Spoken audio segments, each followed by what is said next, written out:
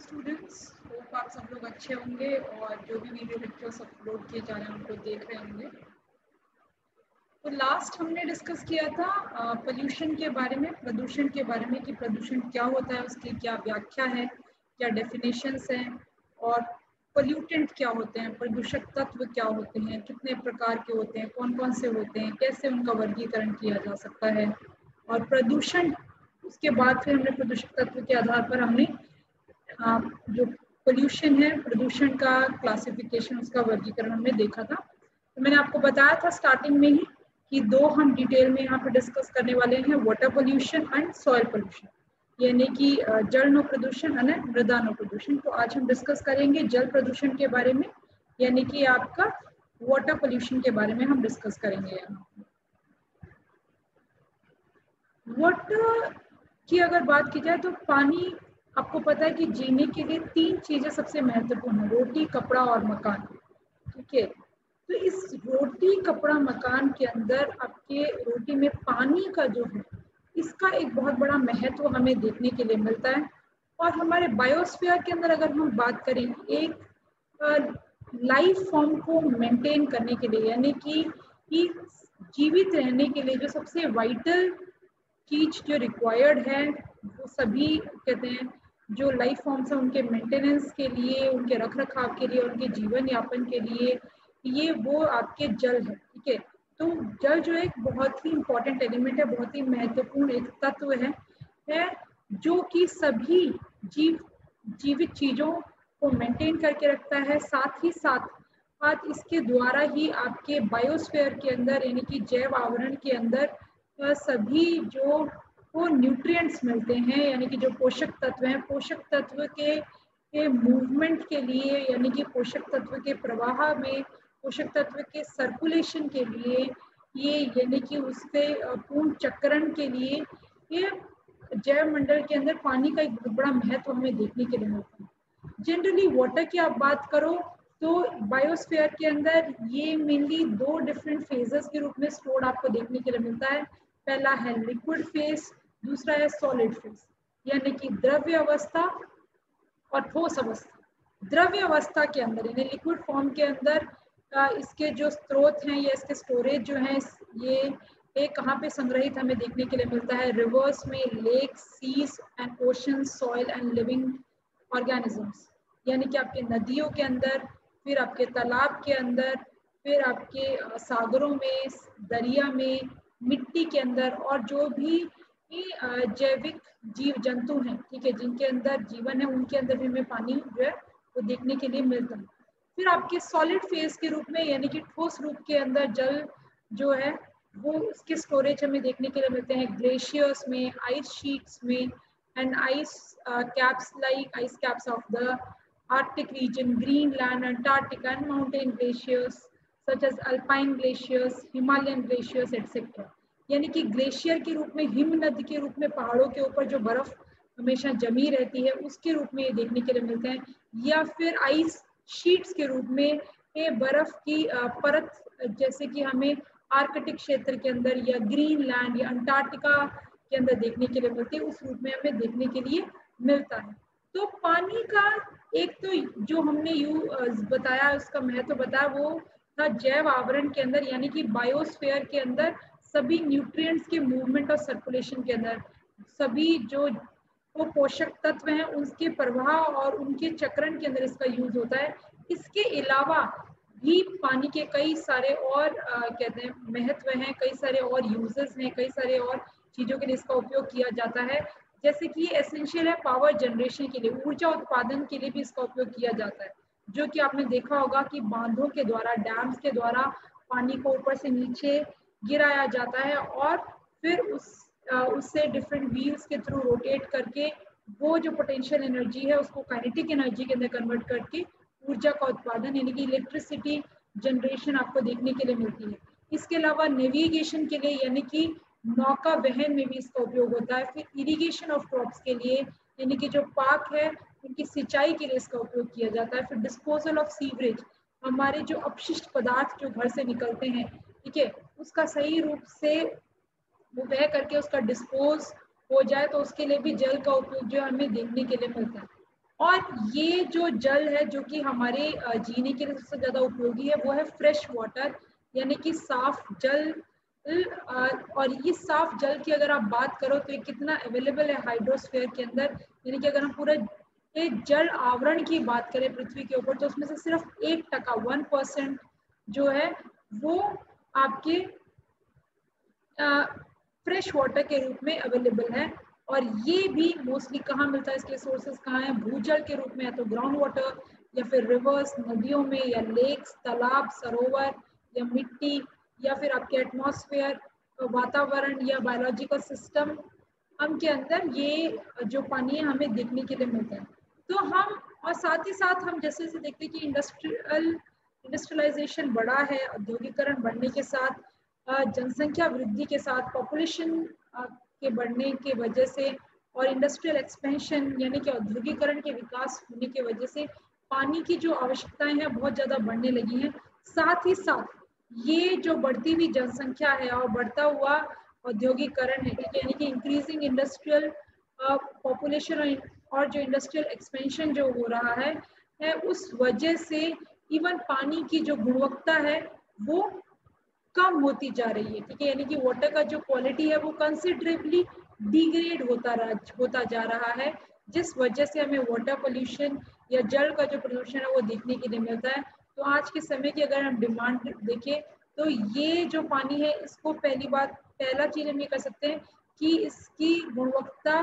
कम होने में उसका अटकाव किया जाए, यानी कि जो वाटर क्वालिटी डिग्रेड हो रही है उसको उस प्रोसेस को वहीं पे खत्म किया जाए, वाटर डिग्रेड होने से बचाया जाए। दूसरा, जो वाटर डिग्रेड हो गया है, जो पानी की गुणवत्ता खराब हो गई है, तो उसको हम दोबारा प्यूरिफाई करके, दोबारा साफ करके, दोबारा उसको रिसाइकल किया जाए उस पानी को, ताकि उसको दोबारा से उपयोग में लाया जा सके। तो ये आपको जो है जल प्रदूषण के रूप में देखने के लिए मिलता है। अब हम जल प्रदूषण की परिभाषाओं की अगर हम बात करें, ये इसकी व्याख्या हम देख लेते हैं, इसको कैसे हम डिफाइन कर सकते हैं, इसकी कैसे हम व्याख्या दे सकते हैं। तो डिफरेंट डेफिनेशंस हम देखेंगे वाटर पोल्यूशन की, जो अलग अलग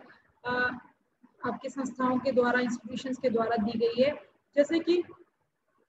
1965 के अंदर restoring the quality of our environment president science committee जो कि वॉशिंगटन यूएसए के अंदर बैठी थी, उसके द्वारा डिफाइन किया गया वाटर पोल्यूशन को, जल प्रदूषण को। As a water pollution may be defined as alteration in physical,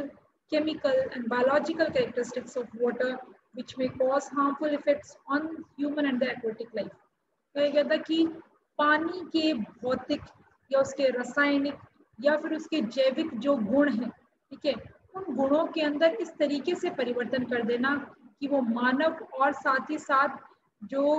aquatic life है, यानी कि पानी के अंदर रहने वाले जो जीव जंतु हैं उसके ऊपर उसका नुकसान या उसका बुरा प्रभाव हमें देखने के लिए मिलता है, तो वो जल प्रदूषण कहलाएगा, उसे वाटर पोल्यूशन कहा जाएगा। फिर आपका WHO ने एक डेफिनेशन दिया है जो कि बहुत इंपॉर्टेंट है। WHO डेफिनेशन आप जरूर याद करेंगे, वर्ल्ड हेल्थ ऑर्गेनाइजेशन के द्वारा। वर्ल्ड हेल्थ ऑर्गेनाइजेशन की अगर हम बात करें तो world health organisation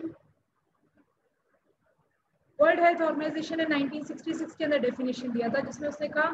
foreign materials either from the natural और other sources are contaminated with water supplies and may be harmful to the life because of their toxicity, reduction of normal oxygen level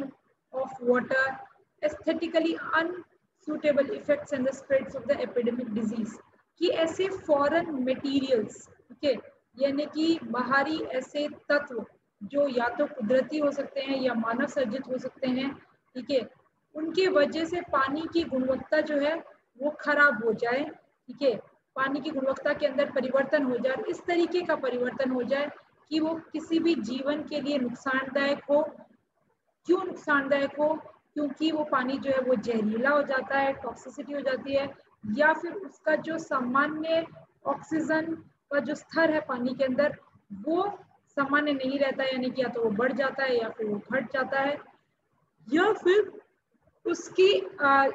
गुणवत्ता के अंदर परिवर्तन होने की वजह से उस पानी से बहुत सारी जो बीमारियां हैं, ठीक है, वो उससे फैल सकती हैं। तो उसे हम जल प्रदूषण या वाटर पोल्यूशन कहते हैं। फिर आपका पी वीवर ने 1958 के अंदर डेफिनेशन दिया वाटर पोल्यूशन का कि water pollution is defined as natural or induced change in the quality of water which renders it unsuitable or dangerous as regards food, human and animal health, industry, agriculture, fishing or leisure pursuits। यानी कि कुदरती रूप से या फिर induce change. Induce change का मतलब होता है मानव सर्जित तरीके से पानी की गुणवत्ता के अंदर इस तरीके का परिवर्तन करना कि वो खाने के लिए यानी कि उपयोग के लिए उपयुक्त ना रहे, ये इंसान के लिए उपयुक्त ना रहे, ये प्राणियों के लिए उपयुक्त ना रहे, उद्योगों के लिए उपयुक्त ना रहे, या फिर खेती के लिए उपयुक्त ना रहे, या फिर मछलियों के लिए उपयुक्त ना रहे, या फिर पर्यटन के लिए। ठीक है, जैसे कि आप देखते हो पानी का उपयोग इवन फव्वारे वगैरह में या वाटर स्पोर्ट्स में आपको देखने के लिए, तो उसमें उपयुक्त ना रहे तो उसको जल प्रदूषण कहा जाएगा। इसी टर्म में आपका साउथविक CS साउथविक ने 1976 के अंदर ecology and the quality of our environment New York के अंदर इसको डिफाइन किया। उन्होंने कहा the term water pollution refers to the deterioration in chemical, physical and biological properties of water brought by the human activities and or by the natural activities, that is the hydrological processes which induce, decompose and vegetable materials and weathering products of the rocks etcetera. यानी कि पानी की गुणवत्ता इस तरीके से खराब होना कि उसकी रासायनिक गुण, उसके भौतिक गुण या उसके जो जैविक गुण हैं, ठीक है, उसके अंदर परिवर्तन आ जाए। और ये परिवर्तन का कारण क्या हो, किस वजह से आए, मानव सर्जित क्रियाओं की वजह से या फिर कुदरती जो प्रक्रियाएं हैं उनके द्वारा, जिस वजह से ये उसके अंदर पानी के अंदर मिलने वाले जो वेजिटेबल मटेरियल्स हैं, ठीक है, यानी कि जो भी वनस्पति आधारित जो वस्तुएं हैं, ठीक है, वो डिकम्पोज हो जाए, वो खराब हो जाए, या फिर वो आपके वेदरिंग ऑफ रॉक्स की वजह से हो, यानी कि जो पहाड़ों में मिट्टी का जो घसारण वगैरह होता है उस वजह से आपको देखने के लिए मिले। इन सभी आधार पर ये सारी डेफिनेशंस को लेकर के सविंदर सिंह ने ये इन सबको कंबाइंड करके 1991 के अंदर वाटर पोल्यूशन का एक डेफिनेशन दिया, जिसमें उन्होंने कहा कि water pollution refers to the deterioration of physical such as colour, odour, turbidity, taste, temperature etcetera, chemicals such as acidity, alkalinity, salinity, etc., and the biological presence such as bacteria, coliform, MPN, algae, etc., characteristics of the water from the various sources such as river water, lake water, pond water, or groundwater through natural such as volcanic dust, landslides near the water bodies, sediment supplies by the soil erosion and the weathering process, and the anthropogenic such as industrial, urban, agricultural, domestic, radioactive, and mining sources, etc. Processes to such an extent that it becomes harmful to the human beings, plants, and the animal communities. जो सविंदर सिंह ने जो definition दिया, व्याख्या दी, उसके तो full detail में इन्होंने बताया। इसमें उन्होंने कहा कि पानी का इस तरीके से प्रदूषित होना कि उसके भौतिक गुण के अंदर परिवर्तन आ जाए। भौतिक गुण जैसे कि उसका रंग अलग हो जाए, या उसकी खुशबू जो है, पानी की स्मेल जो है वो अलग होती है। आपको पता होगा पानी का कोई रंग नहीं होता, पानी की कोई स्मेल नहीं, उसके अंदर टर्बिडिटी आ जाए यानी कि झाग आ जाए, उसके टेस्ट में, स्वाद में परिवर्तन आ जाए, पानी का कोई स्वाद भी नहीं होता। तो इसके टेम्परेचर, तापमान के अंदर परिवर्तन आए, या फिर उसके रासायनिक गुण जैसे कि पानी या तो अम्लीय हो जाए, एसिडिक हो जाए, या फिर अल्कलाइन हो जाए या बेसिक हो जाए, या लवणीय हो जाए, सैलाइन हो जाए, या फिर उसके बायोलॉजिकल या उसके जैविक जो गुण है उसके अंदर परिवर्तन आना, जैसे कि उसके अंदर बैक्टीरिया की मात्रा का बढ़ना, कैलिफॉर्म की मात्रा का बढ़ना, एल्गे की मात्रा का बढ़ना, एमपीएन की मात्रा के बढ़ने की वजह से, और जो मुख्यतः है जल के जो स्रोत हैं उनके अंदर इस तरीके के परिवर्तन आना, जैसे कि नदी का पानी या फिर कोई तालाब का पानी या फिर भूजल या फिर कोई सरोवर, उसको पानी को देखने के लिए मिले, जो दो तरीके से हो सकता है, या तो नेचुरली या मैनमेड। और कुदरती रूप से अगर हम देखें तो जैसे कि ज्वालामुखी प्रस्फोटन के टाइम पे जो राख वगैरह निकलती है उस वजह से, या फिर जब भूमिपात होते हैं, ठीक है, भूमिपात के टाइम पे एक कहीं से जो है मिट्टी वगैरह आकर के कोई वाटर बॉडी है नजदीक में, पानी का स्रोत है, उसके अंदर वो चली जाती है, मिक्स हो जाती है उस वजह से, या फिर आपकी घसारण विदारण की प्रक्रिया की वजह से, सॉइल इरोशन और वेदरिंग के प्रोसेस से आपको देखने के लिए मिलता है। इसके अलावा एंथ्रोपोजेनिक रीजन जैसे कि इंडस्ट्रीज की वजह से पोल्यूशन होने की वजह से, फिर अर्बन शहरों की वजह से पोल्यूशन होने की वजह से, एग्रीकल्चर खेती की वजह से पोल्यूशन होने से, डोमेस्टिक घरेलू जो अपशिष्ट पदार्थ निकलते हैं उस वजह से, या फिर रेडियोएक्टिव या माइनिंग या खनन की वजह से, फिर हमें ये की जो प्रक्रिया है वो पानी को इस हद तक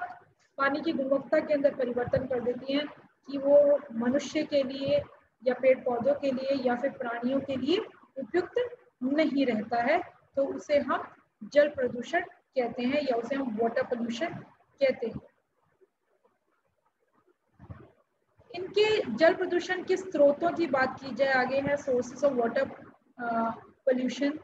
या सोर्सेस ऑफ वाटर पोल्यूटेंट्स, यानी कि पानी को प्रदूषित करने वाले प्रदूषक तत्व कौन से होते हैं। तो जनरली दो प्रकार के स्रोत आपको देखने के लिए मिलेंगे, mainly two types of sources आपको देखने के लिए मिलेंगे, जिसके अंदर पहला है आपका नेचुरल सोर्सेस यानी कुदरती जल के प्रदूषक तत्व, दूसरा है एंथ्रोपोजेनिक सोर्सेज यानी कि मानव सर्जित जल के तो प्रदूषण करने वाले तत्व। नेचुरल सोर्सेस की अगर हम बात करें तो नेचुरल सोर्सेस जो है जैसे कि भूमिपात का होना, सॉइल इरोशन या फिर लैंडस्लाइड मिट्टी का घसारण होना, या कोस्टल एंड क्लिफ इरोशन यानी कि दरियाई किनारे पे घसारण का होना, या फिर वॉल्केनिक इरप्शन ज्वालामुखी प्रस्फोटन की वजह से, या फिर decay and decomposition of plants and animals. कई बार जो पेड़ पौधे या मनुष्य जीव जंतु जो है वो जब डीकम्पोज होते हैं यानी कि उनका जब विघटन हो रहा होता है तो उससे निकलने वाले जो कीटाणु वगैरह हैं उनका पानी के अंदर बह करके मिक्स हो जाने की वजह से आपको देखने के लिए मिलता है। Excessive soil erosion in the catchment area of a particular river increases the sediment load of the river and thus increases the turbidity of the lake। अगर सॉइल इरोशन ज्यादा हो, मिट्टी का घसारण ज्यादा हो और वो आकर के कोई नदी के अंदर वो घसारण होकर के वो जो मिट्टी है वो आ रही है, तो उससे क्या होगा,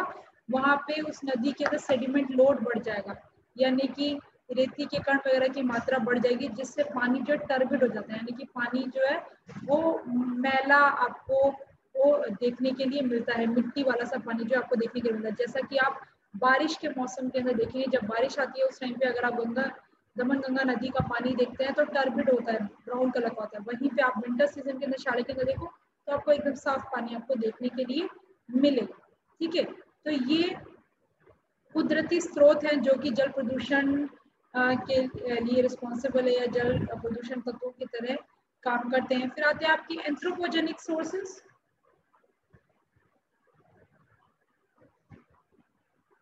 एंथ्रोपोजेनिक सोर्सेस की अगर हम बात करें, एंथ्रोपोजेनिक सोर्सेस यानी कि मानव सर्जित ऐसे कौन से स्रोत हैं जो कि जल का प्रदूषण कर रहे हैं। बहुत सारे हैं इसके अंदर, जैसे कि पहला है इंडस्ट्रियल सोर्स, यानी कि उद्योगों के वजह से, उद्योगों से जो अपशिष्ट पदार्थ निकलते हैं उसके अंदर रसायन केमिकल आदि का होना और वो किसी जल स्रोत में उसमें छोड़ दिए जाए तो उनके मिक्स होने की वजह से। फिर अर्बन सोर्स यानी कि शहरों से निकलने वाले जो घरों की गंदगी है उसके मिलने की वजह से। फिर जो गार्बेज डंपिंग होता है यानी कि शहरों का जो कचरा है वो जहाँ पे भी हम डालते हैं तो वहाँ पे जब बारिश होती है तो उस कचरे के अंदर जो भी केमिकल है, रसायन है, वो आकर के भूजल के अंदर मिक्स हो जाते हैं, या फिर पास में कोई जल का दूसरा स्रोत है, नदी वगैरह, तो उसके अंदर आकर के मिक्स हो जाते हैं। फिर आपके agricultural source,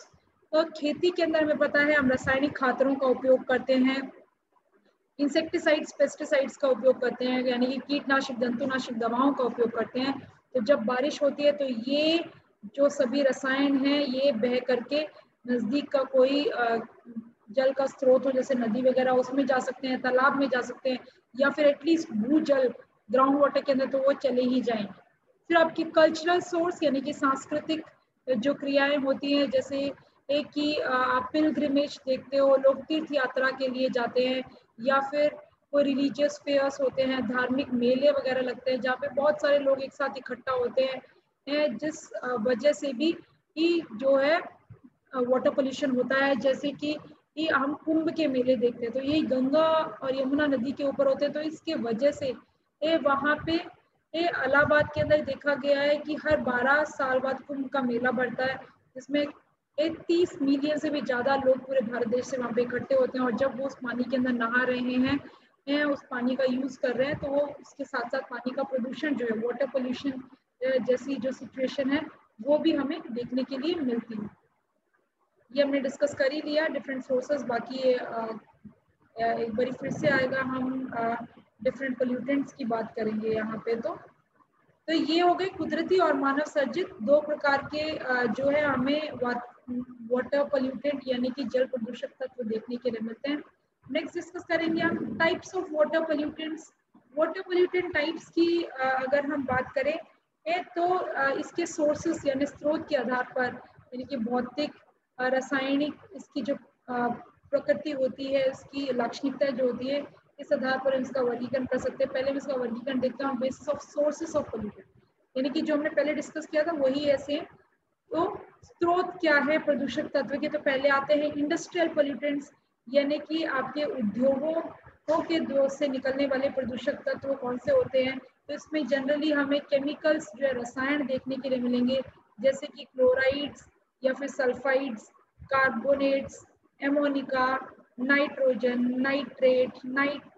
nitrites, heavy metals भी होते हैं जैसे कि mercury, lead, zinc, arsenic, boron. और ये सब जो है जब पानी के साथ मिलते हैं तो पानी की गुणवत्ता जो है वो खराब करते हैं। दूसरे आते हैं आपके एग्रीकल्चरल पोल्यूटेंट्स, यानी कि खेती आधारित प्रदूषक तत्व, जिसके अंदर केमिकल फर्टिलाइजर्स आपको देखने के लिए मिलते हैं, यानी कि रासायनिक खातर है, फिर जंतुनाशक दवाएं हैं, कीटनाशक दवाएं हैं, पेस्टिसाइड्स, इंसेक्टिसाइड्स हैं, फिर हर्बिसाइड्स हैं, इनका जो उपयोग किया जाता है, ये एग्रीकल्चर पोल्यूटेंट्स कहलाते हैं आपके। फिर अर्बन पोल्यूटेंट्स यानी कि शहरी प्रदूषक तत्व। शहरी प्रदूषक तत्व के अंदर आपको जनरली बहुत आयन्स देखने के लिए मिलते हैं, जैसे कि सल्फेट आयन, नाइट्रेट आयन, और ये सब इवन जो जल का प्रदूषण होता है, वाटर पोल्यूशन जो होता है, तो उससे भी निकल करके आकर के पानी के जल स्रोत जो हैं उनके अंदर आकर के मिक्स हो जाते हैं और उसको प्रदूषित करते हैं। इसके अलावा क्लोरीन आयन, सोडियम आयन, फिर आपके ये जो डीआइसिंग ऑफ किया जाता है थ्रू सॉल्ट्स।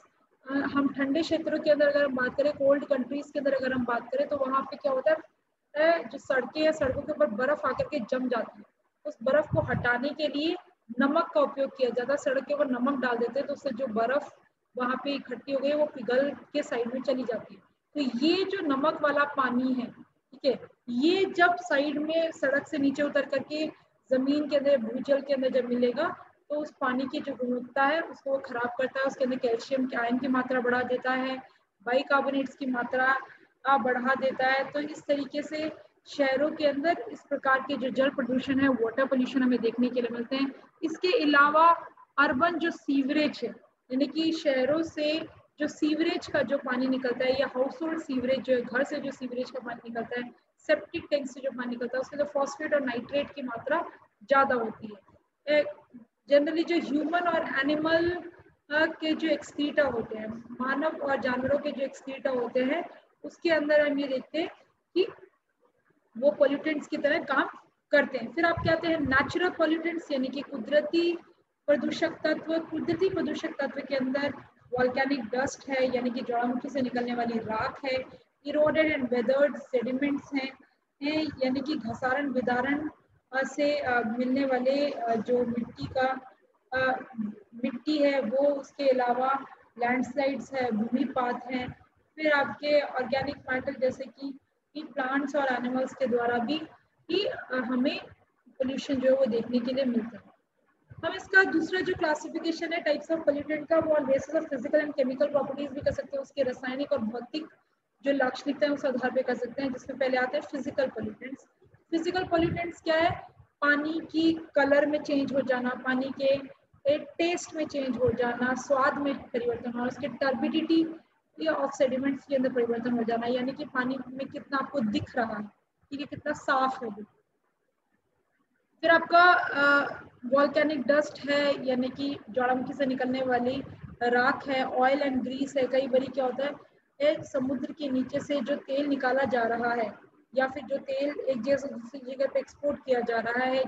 जा रहा है जहाजों के द्वारा, शिप्स के द्वारा, तो तेल वहां पे आकर के बिखर जाता है, तो वो फिजिकली उस वहां पे वाटर पोल्यूशन करता है, जल प्रदूषण उसके द्वारा किया जाता है। इसके अलावा सस्पेंडेड सॉलिड्स हैं, टोटल सॉलिड्स आपको देखने के लिए मिलते हैं। अगले आते हैं वापिस केमिकल पॉल्यूटेंट्स, यानी कि रासायनिक प्रदूषक तत्व। रासायनिक प्रदूषक तत्व के अंदर chlorides, sulphides, carbonates, ammoniacal nitrogen, nitrates, nitrides, pesticides, insecticides, herbicides और बहुत सारे केमिकल कंपाउंड्स जो हमें यहाँ पे देखने के लिए मिलते हैं। तो ऑन बेसिस ऑफ डिग्रेडेशन हम देखें, यानी कि कितना जमीन का नुकसान हुआ है, उस आधार पर हम दो तरीके से वर्गीकरण कर सकते हैं, बायोडिग्रेडेबल एंड नॉन बायोडिग्रेडेबल। कुछ जो है पारगम्य होते हैं, कुछ अपारगम्य होते हैं, यानी कि कुछ ऐसे पदार्थ होते हैं जो कि प्रकृति के अंदर मिलकर के खत्म हो जाते हैं, डिकम्पोज हो जाते हैं, आगे टूट जाते हैं, और कुछ ऐसे होते हैं जो आगे नहीं टूटते हैं या फिर जिनको टूटने पे लंबा समय आपको देखने के लिए मिलता है। ऐसे पोल्यूटेंट्स के अंदर अगर हम बात करें तो बायोडिग्रेडेबल को ऑर्गेनिक पोल्यूटेंट्स भी बोलते हैं, जैविक प्रदूषक तत्व भी बोलते हैं। और इन पोल्यूटेंट्स की अगर हम बात करें बायोडिग्रेडेबल के अंदर आपको कौन से देखने के लिए मिलते हैं, तो उसके अंदर ऑर्गेनिक पोल्यूटेंट्स जैसे कि लीफ लिटर, यानी कि पेड़ों से जो पत्तियां गिरती हैं, सीवरेज का जो पानी है, गार्बेज है, और उसके अलावा प्लांट्स हैं, एनिमल्स हैं, एनिमल एंड ह्यूमन एक्सक्रीटा है, नॉन बायोडिग्रेडेबल पॉल्यूटेंट्स आदि हमें यहाँ पे देखने के लिए मिलते हैं। नेक्स्ट है nature of water pollution. Nature of water pollution की जब हम बात करते हैं, यानी कि जल प्रदूषण की प्रकृति की अगर हम बात करते हैं, बहुत सारे फैक्टर्स ऐसे हैं जो कि वेस्ट वाटर डिस्पोजल या फिर ट्रीटमेंट सिस्टम या हाइड्रोलॉजिकल कंडीशंस ऑफ जो डाइल्यूटिंग ऑफ वाटर बॉडीज है, या self purification capacity of streams है, या फिर characteristics of effluents of discharging from an area, socio-economic conditions of the community generating the waste, और कहते हैं soil types of soil and vegetation जो वहाँ पे मिल रही है, तो उसके अलग अलग उनके टाइम पीरियड होने की वजह से, यानी कि अलग अलग उसकी रेट होने की वजह से, दर होने की वजह से हमें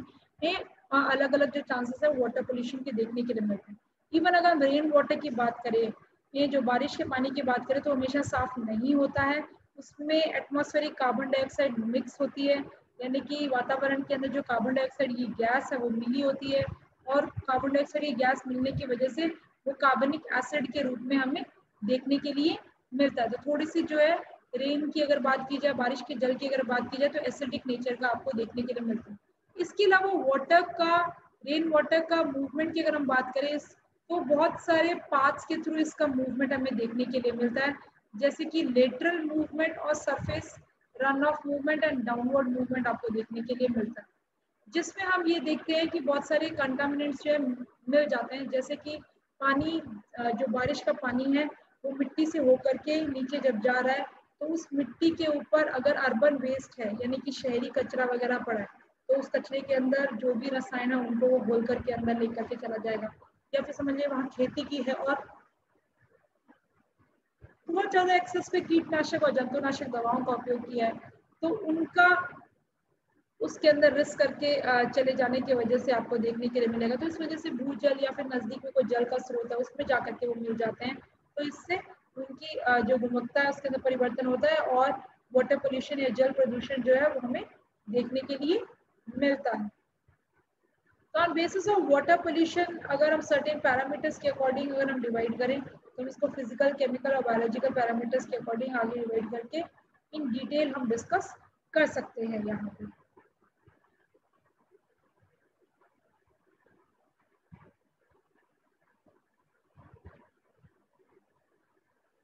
इसमें कई सारी चीजें आती है, जैसे कि फिजिकल पैरामीटर्स की अगर हम बात करें, भौतिक कारकों की अगर हम बात करें, तो इसके अंदर पानी का तापमान, टेम्परेचर, पानी का रंग, कलर, पानी का ऑर्डर, पानी की खुशबू, स्मेल कैसी है, पानी के अंदर टर्बिडिटी कैसी है, यानी कि मिट्टी कितनी है, हैं, या फिर कंडक्टिविटी कह सकते हैं, पानी कितना इजीली जो है चार्ज हो सकता है अगर उसको चार्ज करना चाहें, या फिर जो सस्पेंडेड, डिजॉल्व या टोटल सॉलिड्स जो है उसकी डेंसिटी कितनी है, उस आधार पर हम इसको कर सकते हैं। केमिकल पैरामीटर्स के अंदर अगर हम बात करें, रासायनिक जो पदार्थ हैं उसके अंदर अगर हम बात करें तो यहाँ पे उसके अंदर कितने सॉल्ट्स मिले हुए हैं, कितना नमक मिला हुआ है उसके अंदर। इसके अलावा हार्डनेस क्या है पानी की एसिडिटी है, अल्कलाइन है वाटर, यानी कि अम्लीय है कि आपका बेसिक आपको देखने के लिए मिलता है, या फिर पानी के अंदर डिजोल्व ऑक्सीजन कितनी है, डीओ जो है वो कितना हमें देखने के लिए मिलता है। इसके अलावा इसका बायोलॉजिकल ऑक्सीजन डिमांड कितना है, केमिकल ऑक्सीजन डिमांड कितना है। फिर आपकी ये chemical oxygen demand, biological oxygen demand, ये यही आएंगे गुजराती के अंदर। फिर हाइड्रोजन आयन यानी कि पीएच कितना है पानी का, तो ये हाइड्रोजन आयन की कंसंट्रेशन के द्वारा पता लगाया जा सकता है। इसके अलावा हेवी मेटल्स जो है, भारी धातु जैसे कि मरकरी हो गया, लेड हो गया, क्रोमियम, फ्लोराइड, पेस्टिसाइड्स कीटनाशक दवाएं, जंतुनाशक दवाएं, इंसेक्टिसाइड्स, डिटर्जेंट आदि की मात्रा कितनी है। और बायोलॉजिकल पैरामीटर्स के अंदर आपके बैक्टीरिया, टेलिफॉर्म और आपके एमएसपी, एल्गे, वायरस, ये सारे हमें देखने के लिए मिलते हैं। तो नेक्स्ट जो है हम types of water pollution discuss करेंगे नेक्स्ट लेक्चर के अंदर। तो thank you students and have a nice day.